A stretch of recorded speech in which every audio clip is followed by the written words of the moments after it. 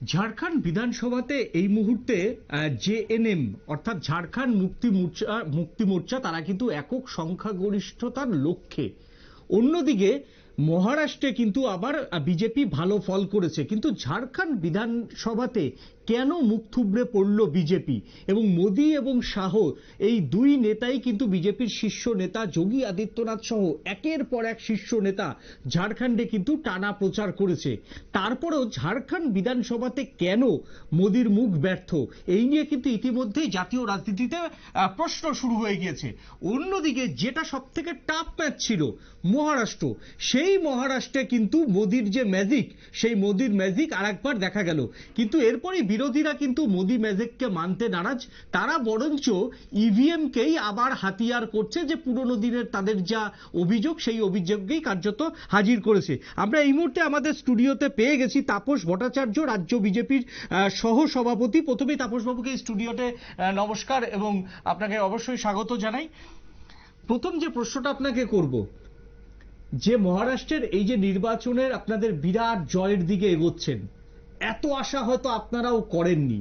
আপনার যে দলের যে কালকে অ্যাসেসমেন্ট ছিল, যেখানে বিজেপির কেন্দ্রীয় সভাপতি জেপি নাড্ডা রাতের বেলা যে বৈঠকটা করেছে, যেটা সূত্রের খবর 180 থেকে 190 আশা করেছিল, কিন্তু আজকে সকালেই দেখা গেছে প্রায় 220-র দিকে আপনারা এই মুহূর্তে এগিয়ে গেছেন।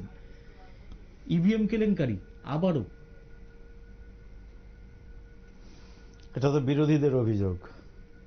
না, আপনাকে শোনালাম বিরোধীদের অভিযোগটা, আমার অভিযোগ না, আমি শোনালাম।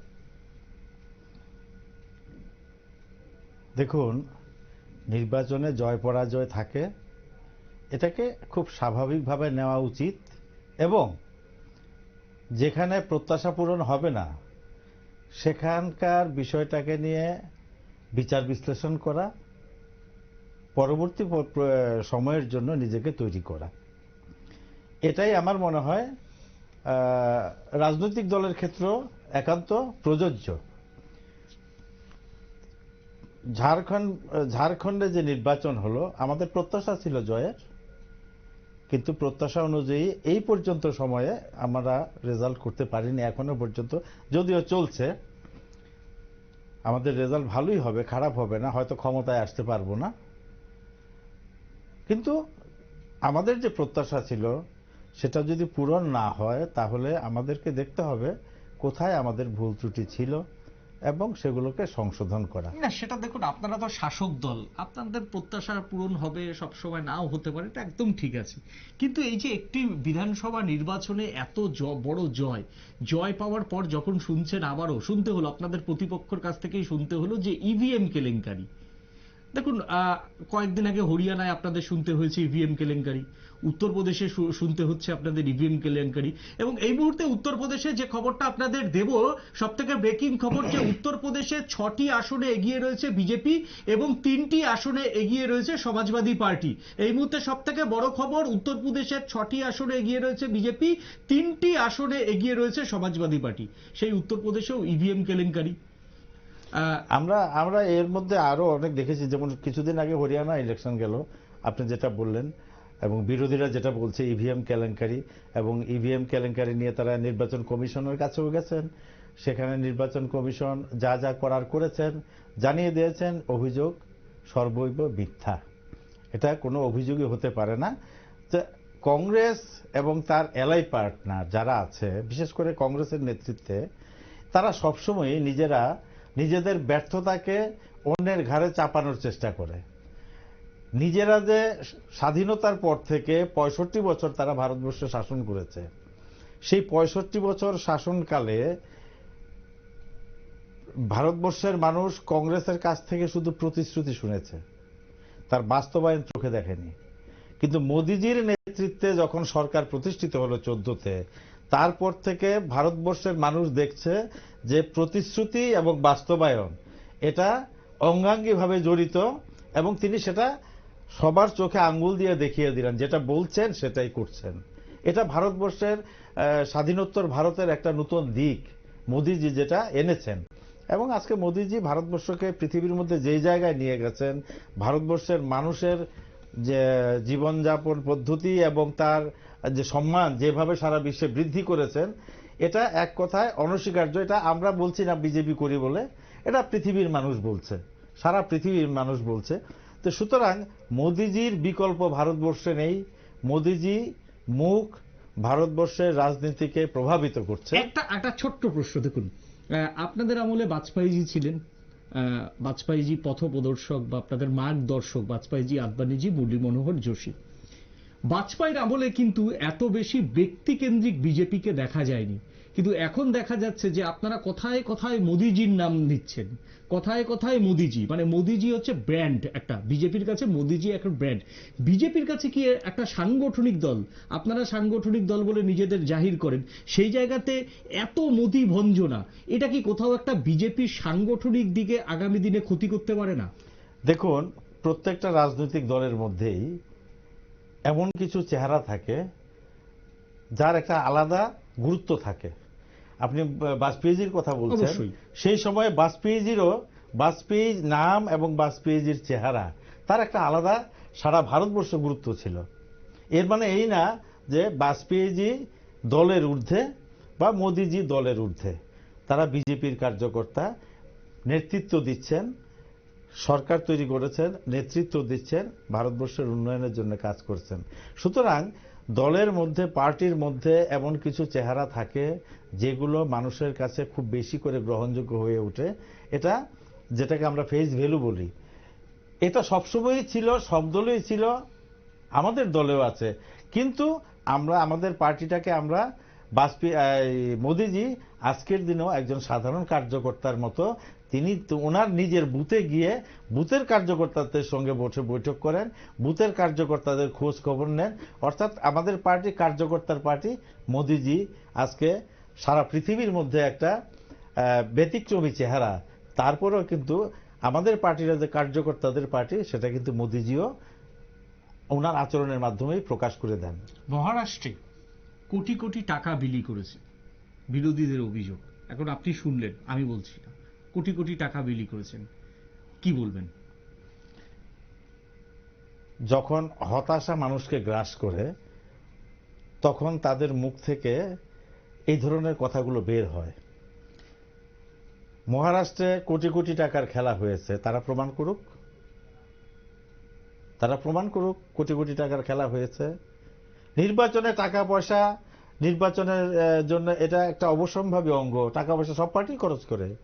তো টাকার খেলা হয়েছে। আজকে যদি তারা মহারাষ্ট্রে জিততো, তাহলে কি এই অভিযোগটা করতো না? হরিয়ানাতে যদি জিততো, তাহলে এই অভিযোগ করতো না। সুতরাং হতাশা মানুষকে বিপথে পরিচালিত করে।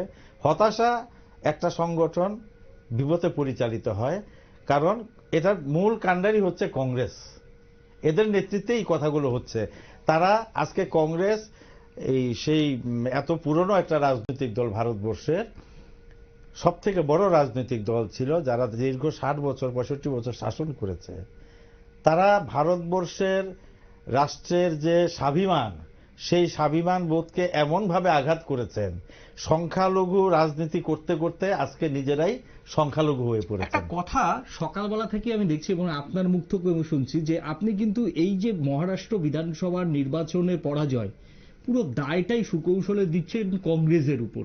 সেখানে তো উদ্ধব ঠাকরে তারা লড়াই করেছে, এবং সেখানে হচ্ছে বর্ষিয়ান নেতা শরদ পাওয়ার তিনি লড়াই করেছে, কিন্তু এই দুজনকে বাদ দিয়ে আপনারা সুকৌশলে একেবারে কংগ্রেসের দিকে বা রাহুল গান্ধীর দিকে একেবারে এই দায়টা ঠেলে দিচ্ছেন।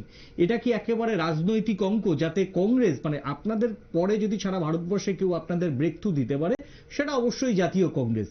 তার জন্য কি সুকৌশলে বা আগামী দিনে যদি কখনো আবার শিবসেনা বা শিন্ডের পরবর্তী যদি উদ্ধব ঠাকরে আসতে চায়, তার জন্য কি লাইন খোলা রেখে সম্পূর্ণই আক্রমণটা কংগ্রেসের দিকে করছে? কারণ এখানে তো ব্যর্থ উদ্ধব ঠাকরেকে নিয়ে আপনাদের জাতীয় স্পোক পারসন এখনো পর্যন্ত স্পিচি নট। অন্যদিকে শরদ পাওয়ারকে নিয়েও খুব একটা কিছু বলছেন না, কিন্তু বেশিরভাগ আক্রমণটাই রাহুল গান্ধীর দিকে কেন? ব্যর্থ তো তিনজনই। ব্যর্থ তিনজন নিঃসন্দেহে, কিন্তু নেতৃত্বে কিন্তু কংগ্রেস। জাতীয় দল হিসেবে নেতৃত্বটা দেয় কংগ্রেস। আঞ্চলিক দল হিসেবে যেমন উদ্ধব ঠাকরে জি আছেন, শরদ পাওয়ার আছেন, এই অন্যান্যরা যারা আছেন, কিন্তু এখানে কংগ্রেসকে কেন্দ্র করেই কিন্তু সমস্ত জায়গাতে অ্যালায়েন্স গুলো হচ্ছে। কংগ্রেসকে বাদ দিয়ে বিজেপি বিরোধী যে এলাই, এটা কিন্তু কংগ্রেসকে বাদ দিয়ে হচ্ছে না, কংগ্রেসকে নিয়ে হচ্ছে। তাহলে কংগ্রেসকে নিয়ে যদি তারা এরকম ভাবে টানাটানি করতে থাকে, তার মানে কংগ্রেসকে তারা সামনে রাখতে চায়, আর কংগ্রেসও তার নিজের কর্তৃত্বকে মানুষের সামনে তুলে ধরতে চায়। সুতরাং এই ব্যর্থতার দায়ভার কংগ্রেসের, অবশ্যই তার পাশাপাশি উদ্ধব ঠাকরেরও, অন্য যারা আছে তাদেরও।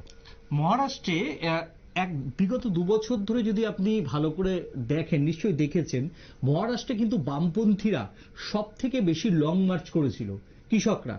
সেই জায়গাতে দাঁড়িয়ে বামপন্থীদের একটা ভোট আছে যেগুলো বিদর্ভ তার আশেপাশের জেলাগুলিতে, সেই জায়গাতেও কংগ্রেস মুখ থুবড়ে পড়লো এবং সেই জায়গায় বিরোধীরাই কার্যত মুখ থুবড়ে পড়লো। তার মানে কি বামপন্থীদের যে ভোট, সেটা কি কোথাও একটা কংগ্রেসের দিকে যাচ্ছে না? মানে বামপন্থীদের নিচুতলা, কারণ এখানে আপনাদের অভিজ্ঞতা আছে যে বামপন্থীদের নিচুতলার ভোট শেষ পর্যন্ত কি কংগ্রেসের ঘরে সুইফট হচ্ছে না?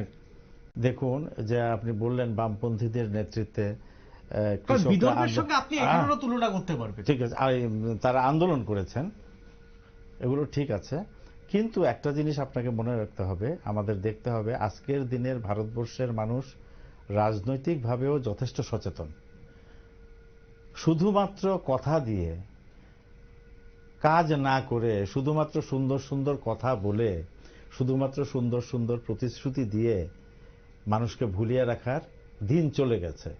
মোদিজির নেতৃত্বে আমাদের যে সরকার, এনডিএ সরকার, এই সরকার কিন্তু এমনভাবে কাজ করছেন যে আজকের দিনে ভারতবর্ষের মানুষ সেটাই বিশ্বাস করছেন যেটা বলা হচ্ছে এবং সঙ্গে সঙ্গে বাস্তবায়িত হচ্ছে, এটাই বিশ্বাস করছেন। আপনি দেখুন, কংগ্রেস ইতিপূর্বে কত প্রতিশ্রুতি দিয়েছিল, রাজস্থানে সরকার হয়েছিল, মধ্যপ্রদেশের সরকার হয়েছিল, কৃষকদের ঋণ মুকুব করবে, এই কর্ণাটকে, এই সমস্ত জায়গাতে প্রতিশ্রুতি দিয়েছে, একটা প্রতিশ্রুতি পূরণ করেনি, একটাও পূরণ করেনি। কিন্তু হোয়ারেজ বিজেপি যেখানে যেখানে যে প্রতিশ্রুতি দিয়েছে, সমস্ত প্রতিশ্রুতি বাস্তবায়ন করেছেন বা বাস্তবায়িত হচ্ছে। সুতরাং মানুষ কাকে বিশ্বাস করবে? মানুষ দেখবে রেজাল্ট, মানুষ কথায় বিশ্বাস করবে না, রেজাল্টে বিশ্বাস করবে। তো বিজেপির নেতৃত্বে সরকার যেমন বলছে তেমন কাজ করে দেখাচ্ছে, সুতরাং অটোমেটিক্যালি স্বাভাবিকভাবেই মানুষ তাকেই বিশ্বাস করবে যে কাজ করে দেখাচ্ছে। তাহলে আপনারা কাজ করছেন, মানুষ বিশ্বাস করছে। তারপরে একটা ঝাড়খণ্ডে অত্যন্ত গুরুত্বপূর্ণ একটি রাজ্য, সেই ঝাড়খণ্ডে বিজেপির একেবারে মুখ থুবড়ে পড়লো, কার্যত মোদি ম্যাজিক ফিকে সেইখানে। হেমন্ত সোরেনের আঞ্চলিক পার্টির কাছে কার্যত আপনারা বারবার ধাক্কা খাচ্ছেন কেন? এখানে ঝাড়খণ্ডে আমাদের রেজাল্ট প্রত্যাশা মতো হয়নি, এটা সত্য কথা, কিন্তু আমাদের রেজাল্ট এখনো যদিও সবটা শেষ করা হয়নি, হচ্ছে, আমাদের রেজাল্ট খুব একটা যে খারাপ হচ্ছে তাও না, কিন্তু তারপরেও স্থানীয়ভাবে এমন অনেক বিষয় থাকে। একটু থামাবো, এই মুহূর্তে ঝাড়খণ্ড থেকে আমাদের সঙ্গে জুড়ে গিয়েছে ঝাড়খণ্ডের দিলীপ ভর্মা, এবং তিনি ঝাড়খণ্ড রাঁচি এক্সপ্রেসের চিফ রিপোর্টার। আসুন শুনে নিই তিনি ঠিক কি বলছেন এই মুহূর্তে ঝাড়খণ্ড নিয়ে। देखिए, भाजपा का अटकने के कारण है भाजपा के लोग की बातों पे आम जनता प्रभावित नहीं हो पाए, चाहे बांग्लादेशी घुसपैठिए की मामला हो या और कोई अन्य मामला हो। इस पे भाजपा के कैंडिडेट को कोई फायदा नहीं मिल पाया, और झारखंड मुक्ति मोर्चा के हेमंत सोरेन लोगों का सिंपैथी गेन किए, जिसकी वजह से अभी मेजोरिटी में जेएमएम चल रही है। মানে কংগ্রেস সেখানে কি একটা বড় ভূমিকা নিল এই জেএনএম এর ঘাঁটি রক্ষা করতে? कांग्रेस से ज्यादा बेनिफिट जेएमएम को नहीं मिल पाई है। जेएमएम अपना सिंपैथी वोट गेन की है झारखंड में। সেখানে কি কল্পনা সোরেন একটা ফ্যাক্টর হয়ে দাঁড়িয়েছিল তার এই নির্বাচনে প্রতিদ্বন্দ্বিতা করাটা? हेमंत सोरेन जब जेल में थे उस समय कल्पना सोरेन ने पूरी कमान झारखंड की संभाली थी, और चारों साइड घूम घूम करके ये अपनी प्रचार प्रसार की, जिसका सिंपैथी जेएमएम को मिला और एक स्टार प्रचारक के रूप में कल्पना सोरेन निखर करके सामने आई, जो रिजल्ट आज सामने नजर आ रही है। দ্বিতীয়ত একটা আপনাকে শেষ কোশ্চেন করব যে এই যে চম্পাই সোরেনের চলে যাওয়াটা, বিজেপিকে চলে যাওয়া, এইটা কি বিজেপির যারা পুরনো দলের কর্মীরা রয়েছে অর্থাৎ আদি কর্মীরা, তারা কি কোথাও একটা বিজেপিকে এবার ভোট দেয়নি বলে মনে করছেন? चंपई सोरेन को भाजपा में जाने से माइलेज नहीं मिल पाई बीजेपी के लोगों को, इसलिए नहीं मिल पाई कि वर्षों पुराने संगठन से जुड़े हुए थे चंपई सोरेन और एकाएक छोड़ करके तुरंत दूसरे दल पे चले जाना, जिसका नुकसान भारतीय जनता पार्टी को झेलना पड़ा। এখন যা ট্রেন্ড চলছে তাতে কি মনে হয় ঝাড়খণ্ড মুক্তি মোর্চা কি এককভাবে সরকার করতে পারবে, না সেই ক্ষেত্রে আবার কংগ্রেসের সঙ্গে সেই দড়ি টানাটানি হবে, কি মনে হচ্ছে? जो रुझान आ रही है, रुझान को देखते हुए झारखंड मुक्ति मोर्चा सरकार बनाने की ओर बढ़ गई है। দ্বিতীয়ত একটা যেটা কোশ্চেন আপনাকে করবো যে মোদি এবং শাহের মুখ, মোদি এবং অমিত শাহের মুখ কি সম্পূর্ণভাবে ব্যর্থ হলো ঝাড়খণ্ডে? मोदी जी हो या अमित शाह जी हो, वो फैक्टर काम नहीं आया झारखंड में। झारखंड में काम आया हेमंत सोरेन की सिंपैथी। झारखंड आदिवासी बहुल एरिया है और हेमंत सोरेन को जेल जाने के बाद में ये सिंपैथी गेन जो है झारखंड मुक्ति मोर्चा के लोगों को मिली और सबसे ज्यादा माइलेज मिली कल्पना सोरेन को उतरने पे। अगर कल्पना सोरेन बाजार में नहीं उतरती तो ये माइलेज नहीं मिल पाता हेमंत सोरेन को। पूरा श्रेय कल्पना सोरेन को जाता है। একেবারে আপনারা শুনলেন ঝাড়খণ্ড এক্সপ্রেসের চিফ রিপোর্টার দিলীপ বর্মা, তিনি কি জানালেন, অত্যন্ত সিনিয়র রিপোর্টার ঝাড়খণ্ডের। আমি একদম দিলীপ বর্মার যদি উত্তর নিয়ে আপনাকে আসি, যে চম্পাই সোরেন যাকে টেনে আপনারা সেখানকার জনজাতি গোষ্ঠী বা আদিবাসী, আমরা যারা বলি ওইখানকার আদিবাসী ভোটটাকে আপনারা কনফার্ম করতে চেয়েছিলেন, সেটা সম্ভব হয়নি, কি বলবেন? দেখুন, চম্পাই সোরেন ভারতীয় জনতা পার্টিতে যোগদান করেছেন, উনি নির্বাচনেও লড়াই করছেন। আমার কাছে ঠিক জানা নেই উনি ওনার অবস্থাটা কি আছে, শুনেছিলাম জয়ের পথে। তো এটা কোনো আমার মনে হয় না রাজনীতিতে এটা এমন কোনো উল্লেখযোগ্য বিষয়, কারণ রাজনীতিতে এ ধরনের ঘটনা বহু ঘটে, বিভিন্ন দল থেকে বিভিন্ন দলে অনেক নেতৃত্বই যায় আসে, এটা রাজনীতির একটা স্বাভাবিক অঙ্গ। এর প্রভাব পড়েছে এটা আমি বিশ্বাস করি না। আর যেটা বলছেন যে সেখানে একটা সিম্পেথি কাজ করেছে, যে হেমন্ত সোরেনের জেলে যাওয়ার বিষয়টা, এটা আমি জানি না ঠিক কতটা কাজ করেছে, তবে এই বিষয়টা নিশ্চয়ই আমাদের কেন্দ্রীয় নেতৃত্বের মাথায় থাকবে, ওনারা দেখবেন বিচার বিশ্লেষণ করে কেন ব্যাপারটা এরকম হলো। ঝাড়খণ্ড নির্বাচনে একটা অত্যন্ত গুরুত্বপূর্ণ ছিল যে একদম কেন্দ্রীয় স্বরাষ্ট্রমন্ত্রী অমিত শাহ তিনি নিজে বাংলাদেশি অনুপ্রবেশ নিয়ে সব থেকে বেশি সরব হয়েছেন এবং বিজেপির প্রত্যেক কেন্দ্রীয় নেতা, সেটা অসমের মুখ্যমন্ত্রী হেমন্ত বিশ্ব শর্মা, যোগী আদিত্যনাথ, উত্তরাখণ্ডের মুখ্যমন্ত্রী পুষ্কর সিং ধামি, সবাই গিয়ে কিন্তু একেবারে বেআইনি অনুপ্রবেশ এবং বাংলাদেশের সংখ্যা গুরুদের সেখানে ভারতে আসা, এখানে যারা সংখ্যালঘু তাদের অনুপ্রবেশ নিয়ে সরব হয়েছিলেন। সেই ক্ষেত্রে কি আপনারা বেশি অ্যাটাক করতে গিয়ে এখানকার যারা সংখ্যালঘু বা মুসলিম ভোট, সেটা কি কোথাও একটা না পেয়ে কি আজকে জেএনএম এর কাছে চলে যাওয়া? কারণ এতদিন কিন্তু সংখ্যালঘু ভোটটা, যে ভৌগোলিক কারণটা যদি দেখেন, ঝাড়খণ্ডের যারা সংখ্যালঘু তারা বেশিরভাগটাই বাস করে কিন্তু পশ্চিমবঙ্গের সীমান্ত ঘেঁষা যে ঝাড়খণ্ড, সেই জায়গাতে সেই ভোটটা কি জেএনএম এর দিকে সুইং করেছে বলে আপনাদের এই পতন কি মনে হচ্ছে? দেখুন, ঝাড়খণ্ডে বাংলাদেশি অনুপ্রবেশ, অবৈধ অনুপ্রবেশ, এটা বাস্তব ঘটনা।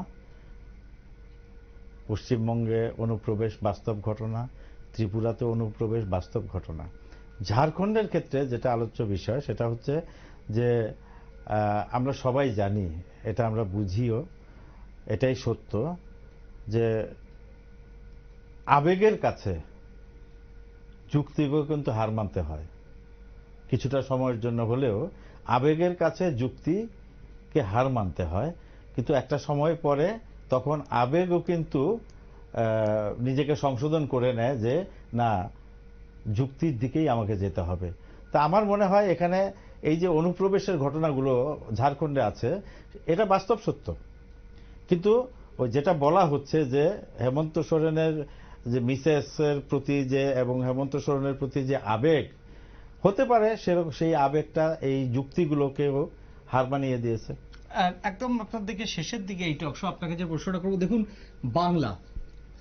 বাংলাতে আপনাদের 6টি বিধানসভার উপনির্বাচন এবং আরজিকর কাণ্ডের পর এই উপনির্বাচন, সেই উপনির্বাচনে দেখা গেল বিগত বিধানসভাতে 5টি আসন ছিল হচ্ছে তৃণমূল কংগ্রেসের, 1টি আসন ছিল আপনাদের, সেটা উত্তরবঙ্গের মাদারিহাট। এবং এই উত্তরবঙ্গের মাদারিহাট কিন্তু আপনাদের বিজেপিকে বাংলাতে অক্সিজেন দিয়েছে। মানে সেই মানে 2 বছর দুটো টার্মসের আগের বিধানসভাতে কিন্তু মাদারিহাট থেকে বিজেপির কিন্তু উত্থান। সেই জায়গাতে দেখা গেল আজকে মাদারিহাটে কার্যত মুখ থুবড়ে পড়ল বিজেপি। সারা ভারতবর্ষের প্রত্যেকটা রাজ্যের নির্বাচন একরকম, পশ্চিমবঙ্গের নির্বাচন আরেক রকম। আমি পশ্চিমবঙ্গে ছিলাম নির্বাচনের সময়, আমি দেখেছি সেখানকার নির্বাচন। এটা নামে নির্বাচন, এখানে সন্ত্রাস, এত বেশি সন্ত্রাস যে মানুষ তার জীবনকে বিপন্ন করতে চায় না, এই সন্ত্রাসের কাছে নিজেকে বিলিয়ে দিতে চায় না, এই সন্ত্রাসের কাছে নিজে আত্মসমর্পণ করতে চায় না। সে তো বিরোধীরা আপনাদের এখানেও সন্ত্রাসের অভিযোগ করে, সন্ত্রাসের অভিযোগ করে, আর এটা আমার বাস্তবে দেখা আছে, আমার নিজের চোখে দেখা। সুতরাং পশ্চিমবঙ্গের যে জয়টা, পশ্চিমবঙ্গের যে রেজাল্ট, সেই রেজাল্টটাকে পশ্চিমবঙ্গে নির্বাচন কখনোই সন্ত্রাস ছাড়া কোনো নির্বাচন হয় না। যে সন্ত্রাস আমাদের এখানে যে বিরোধীরা যে আপনি বলছেন যে সন্ত্রাসের অভিযোগ করে, আমরা 35 বছর কি দেখলাম কমিউনিস্ট আমলের সন্ত্রাস, আর আমাদের সময় আমরা যখন ক্ষমতায় এসেছি তখনের যে সন্ত্রাসের কথা বলছে, এই যে এটা কি তুলনা করা চলে নাকি?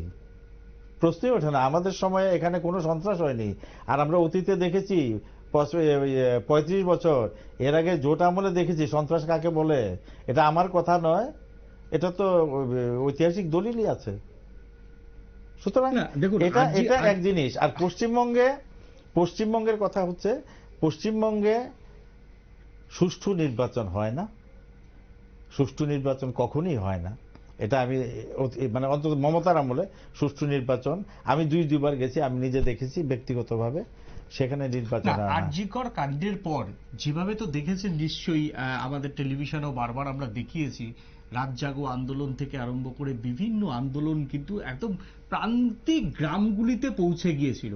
সেখানেও কিন্তু এই প্রান্তিক মানুষের আন্দোলনকে কিন্তু তৃণমূল বিরোধিতা করার পরও মানুষ কিন্তু সেটা মানেনি। মানুষ কিন্তু ওই রাতের বেলা 12টার সময় রাস্তায় নেমেছে তৃণমূল কংগ্রেস এবং বাংলার সরকারের বিরুদ্ধে সাধারণ মানুষ অংশগ্রহণ করেছে। কিন্তু ঠিক কটা দিন বাদেই নির্বাচনে দেখুন জয় পরাজয় তো থাকবে, একেবারে 6টা বিধানসভাতেই আপনাদের পরাজয় এবং প্রত্যেক জায়গাতেই প্রায় 25,000-এর বেশি ভোটে, আমি যদি খুব ভুল না করে থাকি, কারণ নির্বাচন কমিশন তো সবসময় আপডেট হয়, মানে শেষ খবর পাওয়া পর্যন্ত প্রায় প্রত্যেকটি বিধানসভাতে 25,000 ভোটে তৃণমূল কংগ্রেসের এগিয়ে, কোথাও কোথাও 60 থেকে 70,000। এই যে বিষয়টা, এখানে আমাদের যেমন একটা আসন আগেই ছিল, সেটাও এবার হাতছাড়া হয়েছে।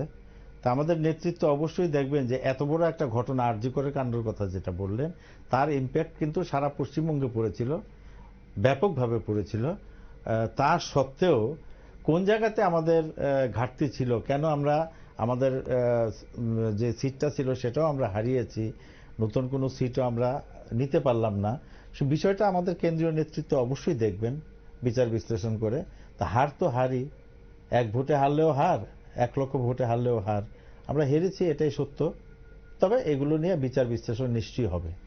আর একটা একদম শেষ প্রশ্নে যাব, যে উত্তরপ্রদেশ আপনাকে গড় এবং ভারতীয় রাজনীতিতে একটা কথা প্রতিষ্ঠা আছে যে উত্তরপ্রদেশ যার, দিল্লির মসনদ তার।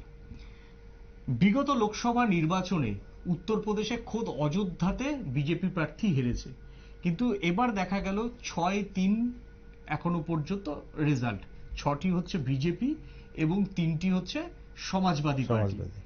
মানে কয়েকদিনের মধ্যেই উত্তরপ্রদেশে আপনারা ঘুরে দাঁড়ালেন, এটা কি সঙ্গের সঙ্গে বিজেপির একেবারে যে গ্রাসরুট পর্যন্ত যে সমন্বয়, সেই সমন্বয়ের জন্যই? কারণ হচ্ছে উত্তরপ্রদেশ নির্বাচনের আগে, মানে এই উপনির্বাচন ডিক্লেয়ার হওয়ার আগে যোগী আদিত্যনাথের সঙ্গে পরপর দুটো মিটিং হয় হচ্ছে আরএসএস প্রধান মোহন ভাগবতের সঙ্গে, পরপর দুদিন, এবং সেই দুটো মিটিংই কিন্তু প্রায় 5 থেকে 6 ঘন্টা গিয়েছিল। নিন্দুকেরা বা ভারতীয় রাজনীতির অলিন্দে যেটা ঘোরে যে উত্তরপ্রদেশ নির্বাচনে যোগী আদিত্যনাথ এবং অমিত শাহর একটা দ্বন্দ্ব প্রকট হয়েছিল, সেই প্রকটের মাঝে ছিল হচ্ছে কেশব মৌর্য, এবং কেশব মৌর্য সাংগঠনিকভাবে উত্তরপ্রদেশ নির্বাচনে গত লোকসভাতে তিনি হস্তক্ষেপ করায় সংঘ এবং যোগী আদিত্যনাথের কর্মীরা সরে গিয়েছিলেন, তার ফল ভুগতে হয়েছিল বিজেপিকে, কারণ 400 পার বিজেপি করতে পারেনি। আর এবছর নির্বাচনে আরএসএস প্রধান মোহন ভাগবতের সঙ্গে বৈঠক করে যেটা ঠিক হয়েছিল, সংগঠনও যোগী আদিত্যনাথের কথায় চলবে, তারপরই দেখা গেল যোগীর এরকম ক্লিন সুইপ। উত্তরপ্রদেশে যেটাতে আমাদের ভালো রেজাল্ট হয়নি সেটা ছিল লোকসভা নির্বাচন, বিধানসভা নির্বাচন। এবারের রেজাল্ট দুটো ভিন্ন ভিন্ন পরিস্থিতি নিয়েই মানুষ বিচার বিবেচনা করেন। তো উত্তরপ্রদেশে যোগী আদিত্যনাথের নেতৃত্বে যে সরকার, সেই সরকার স্বাধীন ভারতে প্রথম ওনার নেতৃত্বে সরকার সব থেকে বেশি সুশাসনের ব্যবস্থা করেছেন। এটা মানুষ উপলব্ধি করে, তারই রেজাল্ট এটা। আর আপনি যেটা বললেন আরএসএস এর সঙ্গে, দেখুন আমাদের বিচারধারা যেটা, আমাদের যে বিচারধারা, সংঘের যে বিচারধারা, আমরা সেই বিচারধারারই অনুসারী। সংঘের বিচারধারা কি? সমাজে নির্মাণ করা। সংঘের বিচারধারা হচ্ছে সমাজ নির্মাণ করা এবং ভারতবর্ষকে বিশ্বের আসনে প্রতিষ্ঠিত করা, এটাই সংঘের আদর্শ, অন্য কোনো কিছু নেই। আমরাও এই আদর্শেই বিশ্বাস করি।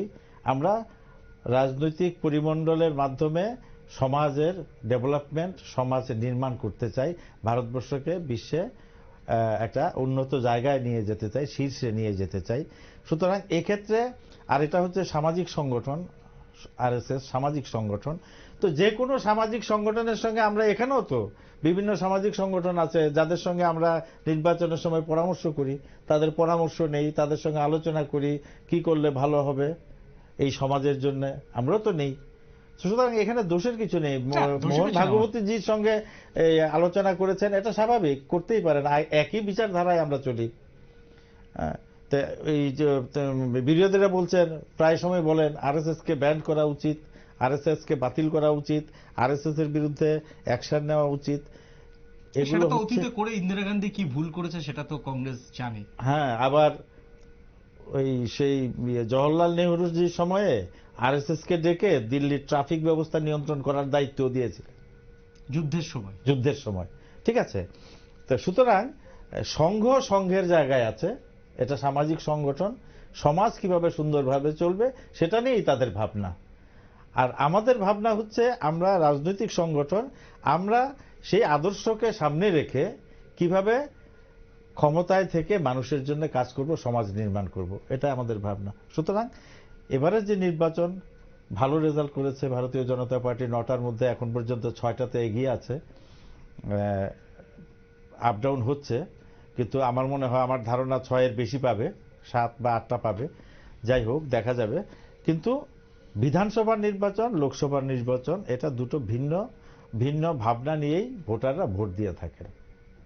দ্বিতীয় একদম, মানে এই জয়ের পর শীতকালীন অধিবেশন সামনে, তো আমরা জানি শীতকালীন অধিবেশনের সব থেকে বিজেপির যে বিলটি, সেটা হচ্ছে ওয়াকআপ বিল, ওয়াকআপ বোর্ড বিল, এবং ওয়াকআপ বোর্ড বিল নিয়ে কিন্তু আপনাদের জোটের মধ্যে একটা দ্বন্দ্ব রয়েছে। সেই ক্ষেত্রে নীতিশ কুমার এবং এলজিপি মানে পাসওয়ান, তারা মানবে না, একটু ঘাড়ের উপর নিঃশ্বাস ফেলছে চন্দ্রবাবু নাইডুর দল। কিন্তু এই যে জয়, একটা মহারাষ্ট্রের জয়, সেই জয়ের ফলে কি বিজেপির এবারে যে শীতকালীন অধিবেশন, বডি ল্যাঙ্গুয়েজটাই বদলে যাবে? বডি ল্যাঙ্গুয়েজ, ভারতীয় জনতা পার্টি এটা প্রমাণ করে দিয়েছে মোদিজির নেতৃত্বে যে এলআই পার্টিকে, এলআই পার্টনারকে কি করে সম্মান জানাতে হয়। এবং দীর্ঘদিন ধরে এনডিএ সরকারই কিন্তু আছে মোদিজির নেতৃত্বে, এবং যারা সহযোগী পার্টি আছে তাদেরকে কিভাবে সম্মান জানাতে হয়, তাদেরকেও কিভাবে আগলে রাখতে হয়। সেটা তো এবার দেখা যাচ্ছে, সুতরাং গতবার কিন্তু দেখা যায় যা ছিল সবসময় ছিল, একটা দুটো পার্টি, অনেকগুলো পার্টি। বাজপেয়ীজি দেখিয়ে গেছেন 24টা পার্টিকে নিয়ে একসঙ্গে নিয়ে। বাজপেয়ীজির আমলে বারবার এনডিএর যারা আপনাদের শরিক তারা সম্মান পেয়েছেন, বারবার বলছেন, কিন্তু মোদির আমলে বিগত 10 বছরে সম্মান পাননি। এটা তো আপনাদের অনেকেই বলেছেন। এটা কেউ কেউ বলছে, কিন্তু যারা বলছে তাদের এরা তো আঞ্চলিক দল, তাদের একটা আঞ্চলিকতাকে কেন্দ্র করে তাদের ভাবনাটা থাকে। কিন্তু মোদিজির ভাবনা, ভারতীয় জনতা পার্টির ভাবনা হচ্ছে ভারতবর্ষকে নিয়ে। দুটো ভাবনার মধ্যে পার্থক্য আছে। সুতরাং সেই ভাবনাকে কেন্দ্র করে কোনো কোনো সময়ে মতানৈক্য হতে পারে, মতদ্বৈত হতে পারে, সেটা তেমন কোনো বিষয় না। নীতিশ কুমার যদি চলে গিয়েছিলেন, উনি আবার এসছেন, উনি দেখেছেন যখন ছিলেন তখন কেমন ছিলেন, যখন চলে গেলেন তখন কেমন ছিলেন। এটা না রাজনাথ সিং ওনাকে ফিরিয়ে নিয়ে এসছে। কে? নীতিশ কুমারকে, উনি সিংকে দিয়ে, কাউকে দিয়ে ফিরিয়ে আনে, উনি চলে এসছেন। বাধ্যবাধকতা উনি ফিরে এসছেন। কারণ ওনাকে যদি কাজ করতে হয় কেন্দ্রের সঙ্গে সুসম্পর্ক রেখেই কাজ করতে হবে। যে কোনো আঞ্চলিক দল যদি ক্ষমতায় থাকে তাহলে কেন্দ্রকে বাদ দিয়ে তো, আমাদের স্ট্রাকচারটাই তো এরকম না, কেন্দ্রকে বাদ দিয়ে হবে না, ফেডারেল স্ট্রাকচার বাদ দিয়ে হবে না। সুতরাং নীতিশজিও দেখে, নীতিশজির বক্তব্য থেকে আপনারা পরিষ্কার জানতে পেরেছেন, নীতিশজি বারবার প্রধানমন্ত্রীকে পায়ে হাত দিয়ে নমস্কার করছেন। এটা কিন্তু এই যে পায়ে হাত দিয়ে নমস্কার করছেন, এটা কেন করছেন? এটা যদি প্রথমবারের আতাতটা যখন ছিল ওইটাই যদি কন্টিনিউ থাকতো তাহলে পায়ে ধরে আতাত করতেন না। উনি চলে গিয়ে যে ভুলটা করলেন, আবার ফিরে এসেছেন, ফিরে এসে আসাতে উনি আসতে হয়েছে, সেই কারণেই তিনি পায়ে ধরে প্রণাম করছেন, প্রায়শ্চিত্ত করছেন। আমি আর সেই কথাটা বললাম না, ঠিক আছে। যাই হোক, আমরা এলআই পার্টিকে সম্মান করি এবং সম্মান নিয়েই যাতে সবাই থাকতে পারে সেটাই আমাদের ভাবনা। একদম ছোট্ট প্রশ্ন, বাংলার নির্বাচনে আপনাদের ফল খারাপ হলেও আপনারা মোটামুটি একটা সিট বাদে সম্ভবত আপনারা সবকটাতেই সেকেন্ড সারিতে রয়েছেন। বিজেপি ঝাড়খণ্ডে খারাপ ফল করলেও এখনো পর্যন্ত, যদিও আমি এই মুহূর্তে ডিক্লেয়ার করছি না, কিন্তু কারণ নির্বাচন কমিশন যতক্ষণ পর্যন্ত ডিক্লেয়ার না করে ততক্ষণ আমরা ডিক্লেয়ার করতে পারি না, বিজেপি সেখানেও দ্বিতীয় পজিশনে বড় দল হিসেবেই থাকবেন। উত্তরপ্রদেশে আপনারা প্রথম পজিশন, মহারাষ্ট্রে তো অবশ্যই আপনারা প্রথম পজিশন। সেই জায়গাতে দিয়ে বামেদের যে বাংলাতে বামেরা এবার ইন্ডি ব্লককে বাদ দিয়ে তারা এককভাবে শক্তি পরীক্ষায় নেমেছিল। একেবারে আবার ঝাড়খণ্ডে তারা হচ্ছে ইন্ডি ব্লকের সঙ্গে আছে, মহারাষ্ট্রে তারা ইন্ডি ব্লকের সঙ্গে আছে। এই যে বামেদের এক এক জায়গায়, আবার কেরলে যেটা বিজেপির অভিযোগ করে যে জামাতের টাকায় রাহুল গান্ধী নাকি লড়াই করছে, এটা কেরলের খোদ চিফ মিনিস্টার বলছেন সরকারিভাবে, আমি বলছি না। এই যে বামেরা আগামী দিনে কোথায় যাবে? বামেরা আগামী দিনে পরিষ্কার হয়ে যাবে, ভ্যানিশ হয়ে যাবে। বামেদের তাদের যে আইডিওলজি, তাদের যে আজকের দিনেও এই বিশ্বের মধ্যে যত পরিবর্তন হচ্ছে, সমস্ত দেশ সেই পরিবর্তনের সঙ্গে হাতে হাত মিলিয়ে কাজ করছে। একমাত্র চিন্তা ভাবনার ক্ষেত্রে পরিবর্তন হয়নি কমিউনিস্টদের। একটা মাত্র পার্টি, যে পার্টির পরিবর্তিত পরিস্থিতির লগে মানিয়ে নেওয়ার মতো মানসিকতাই নেই। সুতরাং যেহেতু পরিবর্তিত পরিস্থিতির লগে মানিয়ে নেওয়ার কোনো মানসিকতা নেই, চিন্তা নেই, তার কোনো সেরকম কাজ নেই, সুতরাং সে আগামী দিন হাওয়ায় মিলিয়ে যাবে, তার অস্তিত্ব খুঁজে পাওয়া যাবে না। এ রাজ্যেও কি বামেরা অস্তিত্ব আগামী দিনে খুঁজে পাবে না? নিশ্চয়ই না, খুঁজে পাবে না। একদম শেষ কোশ্চেন আপনার কাছে, আর একটা কোশ্চেন আপনাকে করছি। মহারাষ্ট্রে আপনারা তো খুব ভালো রেজাল্ট করার পথে, অন্যদিকে শিন্ডে তিনিও রাজনীতিতে কামব্যাক করলেন। তিনি তো আজকের দিন পর্যন্ত তাকে বিদায়ী মুখ্যমন্ত্রী বলতেই হবে। আবার উপমুখ্যমন্ত্রী অজিত পাওয়ার, এটাও ঠিক, অজিত পাওয়ারও কিন্তু ভারতীয় রাজনীতিতে কামব্যাক করলেন, কারণ শরদ পাওয়ারের ভাইপো দেবেন্দ্র ফডনবিস, আবার দেবেন্দ্র ফডনবিস আছে। দেবেন্দ্র ফডনবিস হচ্ছে এই মুহূর্তে বিজেপির সর্বভারতীয় সভাপতির দৌড়ে এগিয়ে রয়েছে, সঞ্জয় ভাই যোশী এগিয়ে রয়েছে, এই দুজন, আর বসুন্ধরা রাজে তার নামও শোনা যাচ্ছে। আগামী 2-1 দিনের মধ্যেই হয়তো বিজেপির সর্বভারতীয় সভাপতি চেঞ্জ হবে। এই জায়গায় কিন্তু একটা খুব ইন্টারেস্টিং, দেবেন্দ্র ফডনবিসকে কি মুখ্যমন্ত্রী না শিন্ডের সঙ্গে একটা বিভৎস আবার দড়ি টানাটানি আপনাদের চলবে? মানে বিজেপির মুখ্যমন্ত্রী, না যাকে আপনারা ক্লিন সুইপ করিয়ে নিয়ে আসামে চার্টার প্লেনে করে নিয়ে আসলেন, তারপরে সরকার ভাঙলেন, তার উপরই ভরসা রাখবে বিজেপি? দেখুন, রাজনীতিতে যেমন ওইখানে আমাদের বিজেপি আছে, শিন্ডে গ্রুপ আছে, শিবসেনা, অজিত পাওয়ার গোষ্ঠী, অজিত পাওয়ার গোষ্ঠী আছে। অজিত পাওয়ার গোষ্ঠীও কিছু ভোট পেয়েছে, শিন্ডে গোষ্ঠীও ভোট পেয়েছে। সব থেকে বেশি বড় দল হিসেবে আত্মপ্রকাশ করেছে ভারতীয় জনতা পার্টি। সব থেকে বড় দল হিসেবে যেহেতু আত্মপ্রকাশ করেছে, খুব স্বাভাবিকভাবেই তার মনের মধ্যে যে মুখ্যমন্ত্রী হওয়ার বাসনা থাকতেই পারে, এটা অন্যায় কিছু না। এটার জন্যই কিন্তু আপনাদের সঙ্গে কিন্তু উদ্ধবের সঙ্গে লড়াই, এবং সেখানে উদ্ধব আপনাদের মানে জোট ছেড়ে বেরিয়ে যায়। আমি বলছি থাকতেই পারে। আবার শিন্ডে মুখ্যমন্ত্রী ছিলেন, আজকের দিনেও আছেন অ্যাক্টিং, তিনিও আশা করতে পারেন। এই অজিত পাওয়ার, না অজিত পাওয়ারের আশা করার কিছু নেই। না না হচ্ছে, মহারাষ্ট্রে সেরকম হচ্ছে। তো সুতরাং এটা ঠিক হবে পার্লামেন্টারি বোর্ড, বিধায়ক, এনডিএর বিধায়ক নেতৃত্বরা মিলে আলোচনা করে ঠিক করবেন কে মুখ্যমন্ত্রী হবেন। একেবারে একেবারে। আমাদের সঙ্গে এতক্ষণ থাকার জন্য অনেক ধন্যবাদ এবং নমস্কার। মহারাষ্ট্র নির্বাচনের মোটামুটি জয়ের দোরগোড়ায় বিজেপি, কিন্তু বিজেপিকে যে বিষয়টা সব থেকে চাপে এবং চিন্তায় রাখবে, মহারাষ্ট্রের কুর্সিতে কে বসবে, এই নিয়ে কিন্তু বিজেপির অন্দরে আজকে বিকেলের পরই একটি বৈঠক হওয়ার কথা। এখনো পর্যন্ত মহারাষ্ট্রে এমনটাই খবর এসে পৌঁছেছে। যেভাবে আমাদের মহারাষ্ট্রের প্রতিনিধিরা যেভাবে আমাদের খবর পাঠাবে, সবার আগে দ্রুত উত্তর পূর্বাঞ্চলের প্রথম কোনো বড় নিউজ চ্যানেল হিসেবে আমরা আপনাদের কাছে এই খবর পৌঁছে দেব। এখন নিয়ে নেব ছোট্ট একটা বিজ্ঞাপনের বিরতি। ঠিক 3টের পরে আমরা আমাদের আবার নিউজে ফিরে আসছি।